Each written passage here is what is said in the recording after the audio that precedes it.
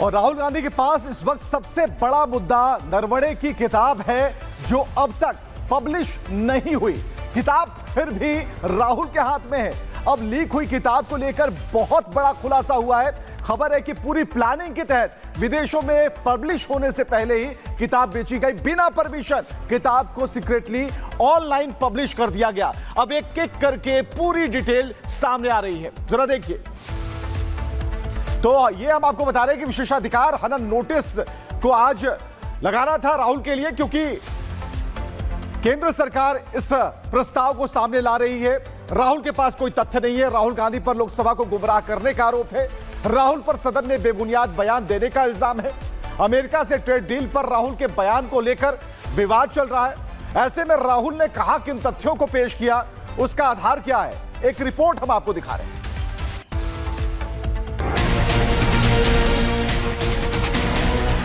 आखिर राहुल गांधी के पास नरवणे की किताब कहां से आई?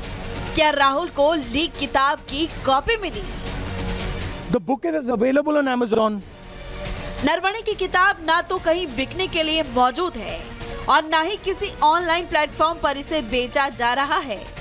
फिर भी राहुल गांधी के हाथ में सबसे बड़ा मुद्दा नरवणे की यही किताब है जो हाथ में लेकर सरकार पर हमलावर हैं।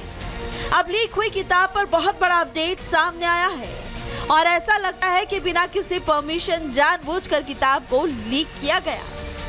स्पेशल सेल के सूत्रों के मुताबिक किताब लीक करने के मामले में साजिश के संकेत मिले हैं। आरोप है किताब को मिनिस्ट्री ऑफ डिफेंस यानी एमओडी की क्लियरेंस के बिना लीक कर दिया गया।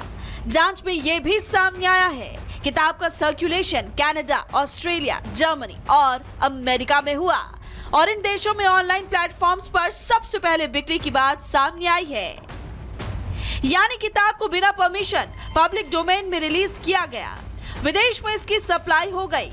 ऐसे में कहा जा रहा है ये सब पूरी प्लानिंग के साथ हुआ और अब यही किताब राहुल गांधी के लिए सबसे बड़ा मुद्दा है।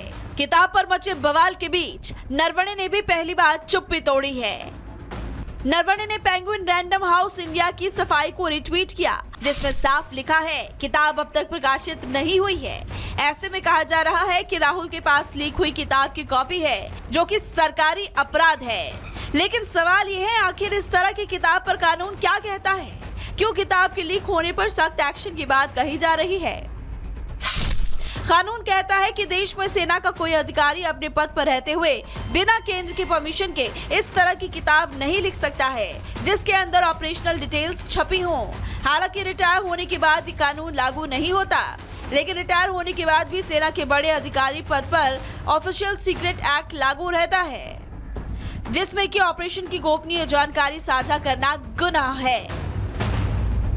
ऐसे में नरवणे की किताब को लेकर रक्षा मंत्रालय की मंजूरी मिलनी जरूरी है जो अब तक नहीं मिली है और ऐसे में राहुल के पास लीक हुई किताब की कॉपी है जिसको लेकर जांच तेज हो गई है। स्पेशल सेल ने लीक हुई किताब को लेकर आपराधिक साजिश की धाराओं में एफआईआर दर्ज की। जांच का दायरा अमेरिका, कनाडा, जर्मनी और ऑस्ट्रेलिया तक बढ़ाया गया। डिजिटल ट्रेल, पब्लिशिंग नेटवर्क और इंटरनेशनल लिंक की जांच की जा रही है। मामले में अंतर्राष्ट्रीय कनेक्शन भी खंगाला जा रहा है।